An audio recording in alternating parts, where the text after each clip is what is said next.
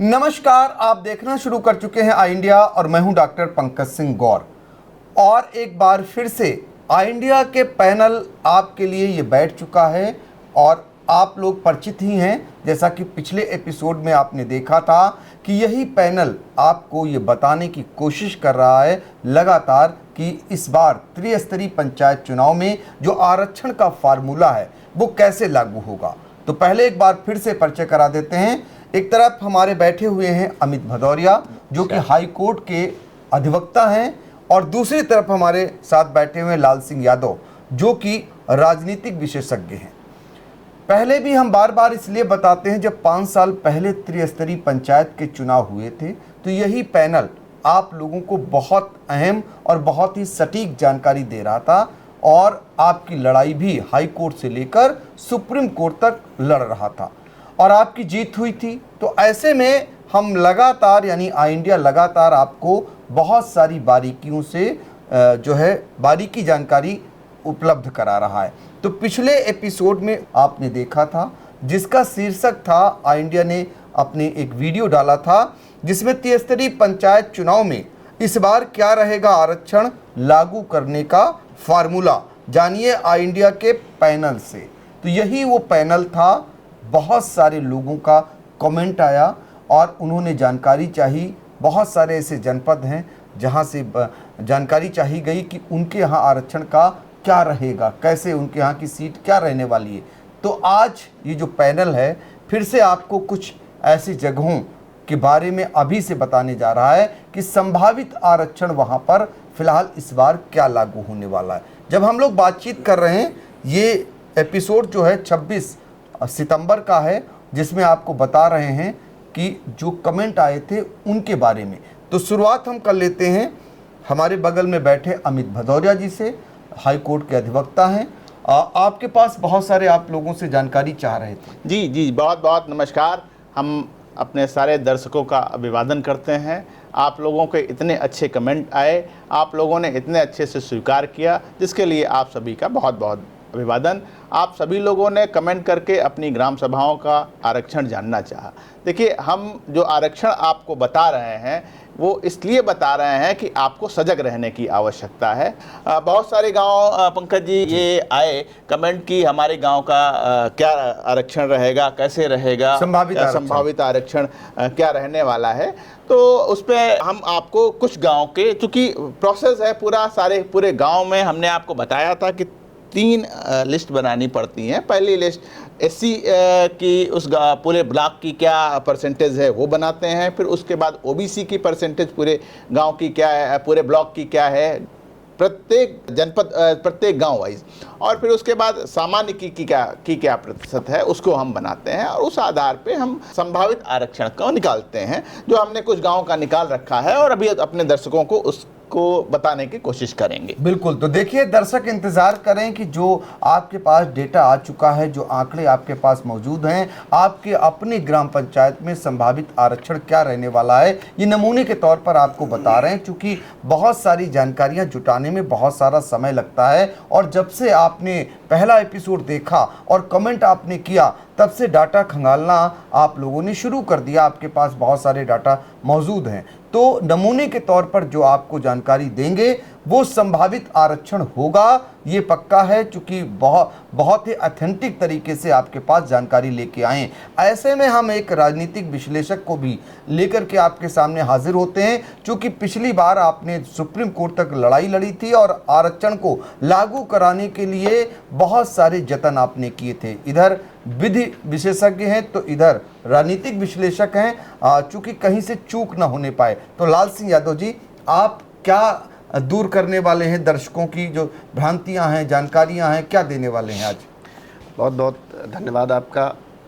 हम अपने सभी दर्शकों से ये अनुरोध करना चाहते हैं, ये बताना भी चाहते हैं कि पंचायत चुनाव सर पे हैं। हमारे तमाम नौजवान साथी हैं जो राजनीति में आकर के पंचायत चुनाव में अपनी भागीदारी करना चाहते हैं, चुनाव लड़ना चाहते हैं। तो मेरा एक सुझाव है, चूँकि जब अब चुनाव चलता है और पहली बार हम चुनाव के मैदान में होते हैं तो हमारे समर्थक जो होते हैं उनके अंदर एक शंका होती है कि अपनी ग्राम पंचायत का आरक्षण क्या होगा। सही। फला व्यक्ति फला व्यक्ति से के टच में है, वो पावर में है, वो कहीं आरक्षण न बदलवा दे। तो इस तरह की तमाम शंकाओं का दौर चलता है, उसमें नौजवान भटकते हैं, ऊर्जा का कहीं ना कहीं वो होता है। मैं इन भ्रम को दूर करना चाहता हूँ कि चूंकि आरक्षण की जो व्यवस्था है वह पूरी तरह से अंक गणित पर आधारित है। आपकी ग्राम पंचायत की क्या आबादी है, आपकी ग्राम पंचायत में आबादी वार प्रतिशत क्या है, दलित कितने हैं, पिछड़े कितने हैं, अगड़े कितने हैं, और उसका चक्रानुक्रम चलता है। जैसा अभी अमित जी ने बताया कि जब आबादी के हिसाब से सारी चीज़ें चल रही हैं तो मुझे वो समझ लेना चाहिए, किसी भ्रम में नहीं रहना चाहिए और अपने समर्थकों को ये बात बतानी चाहिए कि भाई ये अंक गणित है, इस कैलकुलेशन से हमारी ग्राम पंचायत को ये आरक्षण मिल रहा है। बिल्कुल अंक गणित पर ही ध्यान रखना है, यानी कि आपको भ्रम में नहीं पड़ना है। यस, बिल्कुल किसी भ्रम की स्थिति ना रहे। और इसी क्रम में मैं कहूँगा कि जैसा कि हमने शुरू किया, देखा आपके ब्लॉक में जो हरिगांव ब्लॉक है उसमें जो पहला कमेंट आया, और काफ़ी प्रभावशाली व्यक्ति सुप्रकाश सिंह साहब हैं, किसान नेता भी हैं, उन्होंने जानना चाहा, फ़ोन भी किया, पंकज जी को भी संपर्क किया और कहा कि नहीं हमारे गांव सभा का क्या संभावित आरक्षण होगा, आप बताइए। तो हमने उस पर काफ़ी अध्ययन किया। पंकज जी मैं बताना चाहूँगा, ये एलिया सीतापुर जनपद है, एलिया विकासखंड है, नहीं हरगांव विकासखंड है, ढोलई कला गांव है। जी जी, ये ढोलई कला ग्राम सभा है और इस ग्राम सभा की जो टोटल जनसंख्या है वो 2287 है और उस गांव में अनुसूचित जाति के लोग जो हैं 1175 हैं, अन्य पिछड़ा वर्ग के लोग 656 हैं और सामान्य वर्ग के लोग 456 हैं। इस तरीके से जब हमने पूरी लिस्ट बनाई तीनों, तो उसमें ये जब पूरे ब्लॉक की लिस्ट बनी तो इस जो प्रतिशत हमने उसका निकाला कि इस गांव सभा में टोटल जनसंख्या के क्रम में एससी का कितना प्रतिशत है, ओबीसी का कितना प्रतिशत है और सामान्य का कितना प्रतिशत है। तो इस तीनों लिस्ट में ये जो हमारी एससी की लिस्ट आई उसमें 26 नंबर के क्रम पे आई गांव सभा। ओबीसी की लिस्ट जब हमने बनाई पूरे ब्लॉक की तो उसमें ये 53 नंबर पे आई और जनरल में ये जो है 33% पे आई। इस तरीके से हमने तीनों लिस्ट बनाई। फिर हमने इसका जो क्रमवार इसमें आरक्षण रहा पूर्ववर्ती वर्षों में और वर्ष 2015 में, जो वर्ष 2015 इसका निकाला गया, आधार वर्ष माना गया, तो 2015 में ये अनरिजर्व अपने क्रमांक के अनुसार ये 2015 में अनरिजर्व हुई और 2021 में सुरक्षित महिला हुई। अब जब उसके बाद हम उसके चक्रानुक्रम के क्रम में हमने और आगे उसको देखना शुरू किया तो ये आगे आने वाले उसमें जो इसका संभावित आरक्षण है वो ओबीसी जा रहा है। तो हम ये निश्चित तौर पे कह सकते हैं, अगर आपने 2015 का आधार वर्ष और 2011 की जो जनसंख्या की गणना हुई थी उसके आधार पे अगर हम निकाल रहे हैं तो ये ओबीसी में जाएगी। संभावित ओबीसी बनती है ढोलई कला ग्राम पंचायत जो आरक्षण लागू होगा। ये आपने डाटा के जरिए आपको बताने की कोशिश की अमित भदौरिया ने। हम इसी पे एक रिएक्शन ले लेते हैं लाल सिंह यादव का। अब आपने जोर इसी बात को लेकर दिया है कि इसमें गुंजाइश नहीं है, किसी प्रकार की भ्रम नहीं है, आपको लगता है? पंकज जी, अंक गणित जो मैंने शब्द आपको यूज किया, गणित का तो अपना फार्मूला है। बिल्कुल। ये जो अमित जी ने आरक्षण दिया है तो ये एक सूत्र है, एक फार्मूला है कि भाई गांव की जनसंख्या कितनी है, उसको आरक्षण किन किन श्रेणियों में मिल चुका है, किस क्रम में मिल चुका है। तो अगला जब उसका ओबीसी का क्रम आ रहा है तो स्वाभाविक बात है ओबीसी होगी। है क्या, जब उस संख्या को ना हम घटा सकते ना हम बढ़ा सकते, सारा डाटा एनआईसी पे है, सारा डेटा पब्लिश्ड है। तो हमारा यही सबको सुझाव है नौजवानों को कि कहीं इस भ्रम में ना रहें। कोई आपकी ग्राम पंचायत का आरक्षण ना बना सकता है ना बदल सकता है।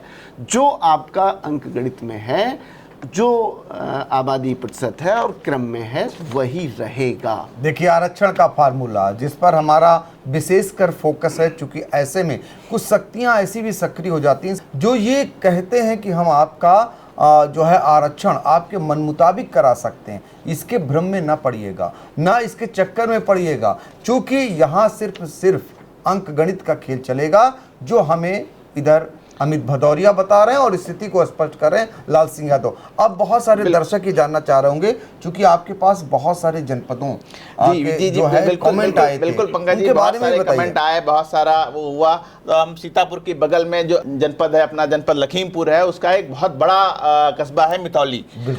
मितौली में आज की जनसंख्या 21,512 की जनसंख्या 2011 की थी। आज की डेट में तो और बढ़ गई, लेकिन हम फिर आप दर्शकों को याद दिलाएंगे, क्योंकि 2011 के बाद जनसंख्या की गणना हुई नहीं है, तो जो भी आरक्षण होगा वो 2011 की जनगणना के आधार पे ही होगा। तो आपको 2011 में आपकी ग्राम पंचायत में क्या जनगणना थी, इस पे आपको उसकी जानकारी रखनी है और हमेशा सजग रहना है। जैसा कि पंकज जी ने कहा ना कि हमको किसी भ्रम में नहीं पड़ना है। देखिए, जब सारी स्थिति सारी चीज़ें फ्रेम्ड हैं, जब 2011 के बाद की कोई जनगणना नहीं होनी है, 2011 की जनगणना के आधार पे ही आरक्षण होना है, तो वो संख्या नहीं बदली जा सकती। संख्या सीमित है कि एक ब्लॉक में कितनी ओबीसी होनी है, कितनी एससी होनी है और कितनी सामान्य होनी है, ये संख्या निर्धारित है। तो अगर एक में परिवर्तन होगा तो वो दूसरे को जरूर प्रभावित करेगा। तो हम ब्लॉक मितौली के बारे में आपको बताना चाह रहे थे कि मितौली में जो है 6,589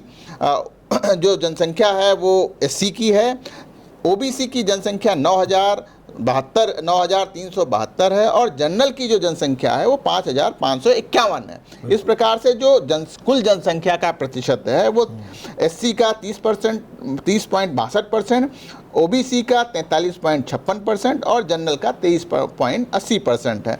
और अब इसका हम अगर तीनों लिस्ट को देख के जब हमने संभावित आरक्षण निकाला तो ये 2015 में महिला रही थी, सामान्य महिला, और 2021 में ओबीसी रही थी। और जब आप तीसरी लिस्ट में बढ़ेंगे क्रमांक के अनुसार तो ये सुरक्षित होने जा रही है। अब सुरक्षित संभावित सुरक्षित है, जिसको अगर आप 2015 का आधार वर्ष मानेंगे और 2011 की जनगणना करेंगे तो ये संभावित क्या तौर पे ये मितौली जो ग्राम पंचायत है ये एससी ही जाएगी। तो देखिए, मितौली का भी बता दिया गया है इस पैनल के द्वारा, जो संभावित आरक्षण है वो वहां पर एससी सीट होने जा रही है। ये लखीमपुर जनपद की बहुत बड़ी ग्राम पंचायत है मितौली, वहां के बारे में बता दिया। अच्छा, पहले भी हम आपको यानी दर्शकों को बार बार ये बताते आ रहे हैं कि आरक्षण का जो फार्मूला है वो ब्लॉक से तय होगा। आपके ब्लॉक की जनगणना का आधार लिया जाएगा। 2011 में ही जनगणना हुई, उसके बाद कोई जनगणना नहीं हुई, उसी का आधार लिया जाएगा। और एक ब्लॉक की लिस्ट आप भी लिए बैठे हैं मितौली, क्या है आपके पास डेटा में?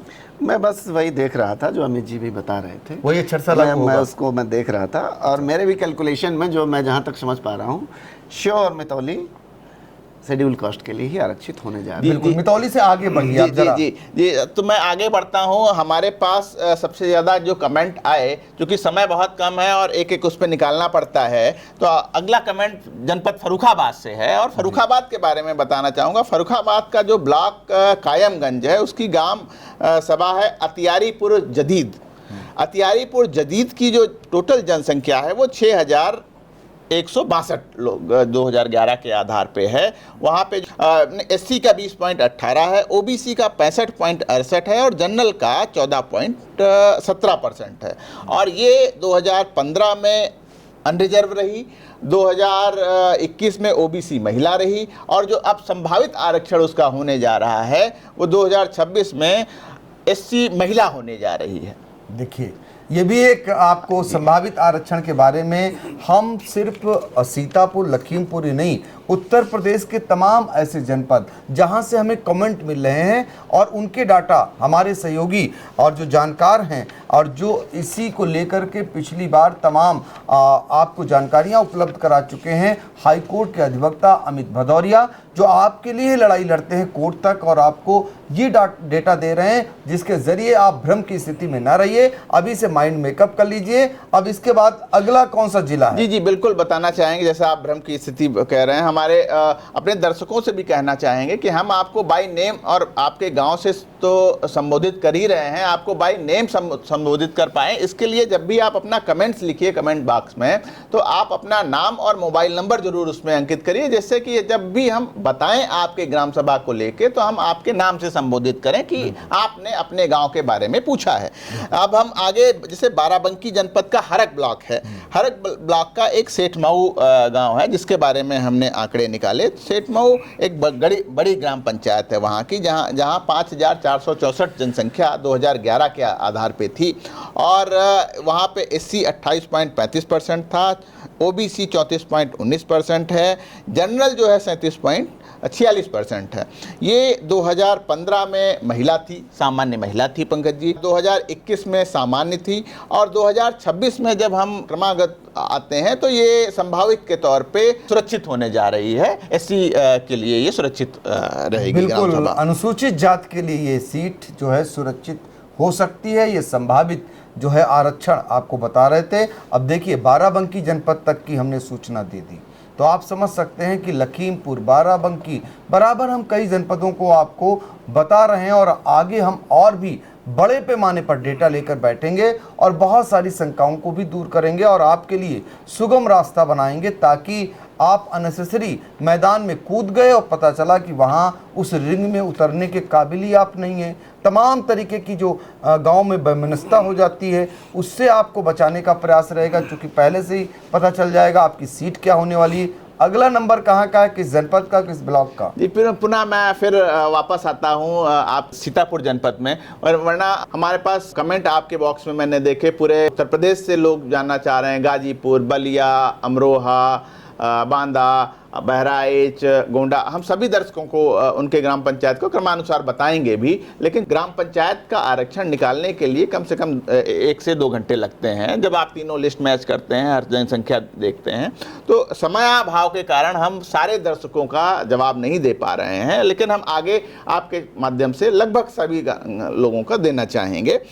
इसी के साथ मैं बताना चाहूँगा, आपका सीतापुर का एक ब्लॉक है पिसावा ब्लॉक की एक बड़ी ग्राम सभा है बरगावा के संबंध में आपको बताना चाहूँगा कि बरगावा की जो कुल जनसंख्या 2011 के अनुसार थी वो 4409 वहाँ की आबादी थी और 966 जनसंख्या के आधार पे 22.59% SC था, 38.46% OBC था और 38.95% जो है वहाँ पे सामान्य के लोग थे।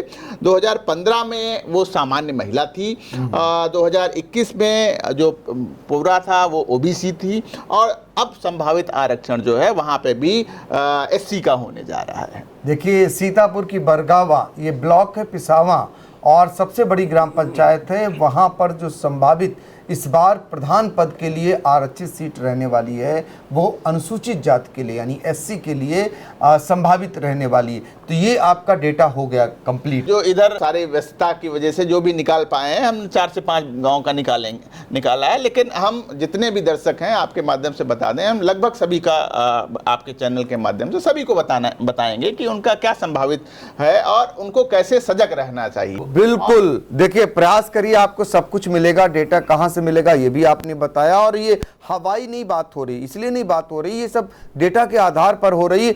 देखिए सरकार के जो नियम और कानून हैं उनके तहत ये संभावित आरक्षण का फार्मूला जो है उसके बारे में आपको बता रहे हैं। चूंकि डेटा आम आदमी को उपलब्ध नहीं होता, आसानी से नहीं मिल पाता है, इसलिए आपकी सुगमता के लिए ये पूरा पैनल बैठा हुआ है। और अगले अंक में जब हम 2 नवंबर को आपसे बातचीत करेंगे तो और भी ग्राम पंचायतों के बारे में बताएंगे।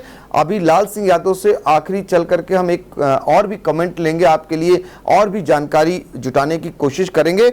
आपको बता दें, उत्तर प्रदेश की अगर बात करते हैं तो उत्तर प्रदेश में 57,694 ग्राम पंचायतें हैं, 826 ब्लॉक हैं और 75 जनपद हैं। ये तो आपको पता ही है। त्रिस्तरीय जो पंचायत चुनाव है इसमें महत्वपूर्ण प्रधान पद का सबसे बड़ा आरक्षण हो जाता है।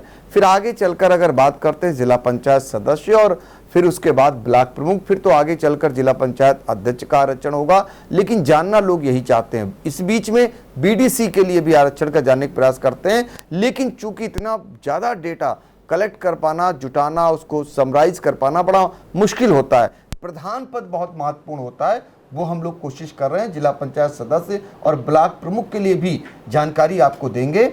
लाल सिंह यादव, जो अभी अमित सिंह भदौरिया ने 4 जनपदों का बताया कि वहाँ पर क्या संभावित आरक्षण रहने वाला है, तो फिर से दर्शकों को आप बताइए कि कितना ऑथेंटिक है ये जो डाटा इनके पास है, और क्या यही संभावित आरक्षण रहेगा?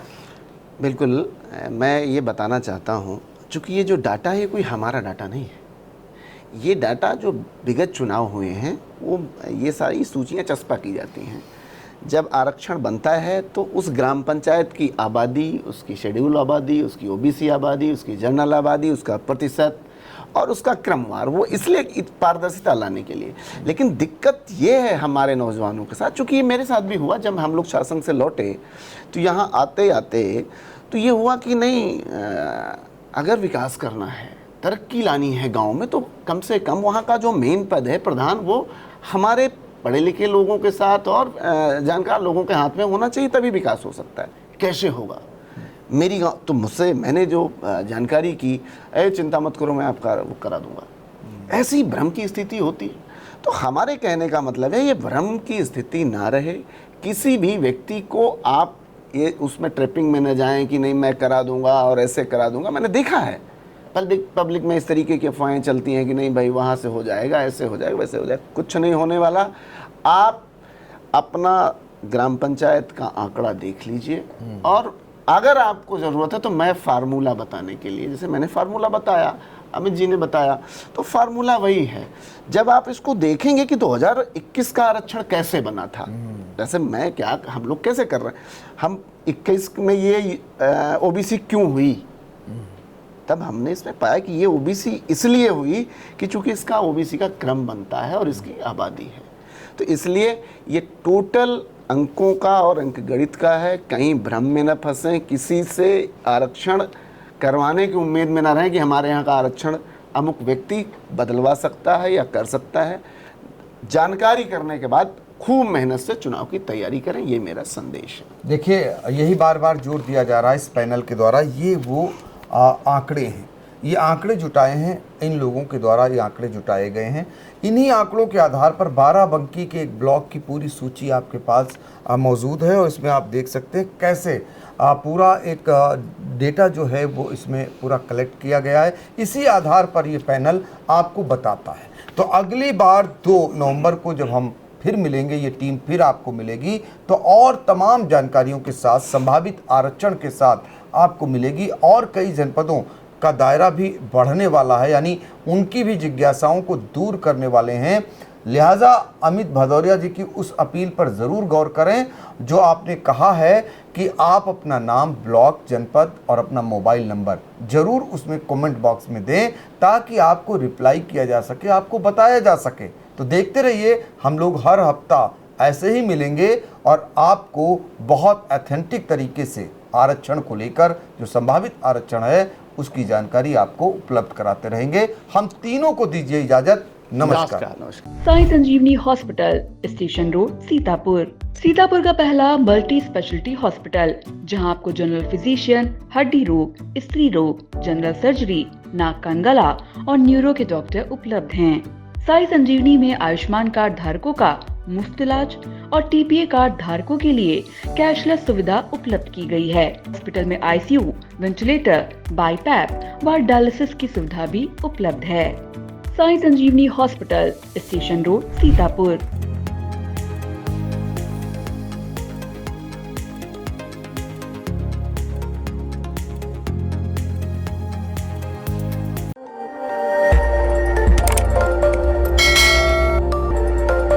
खबर आपकी, नजर हमारी।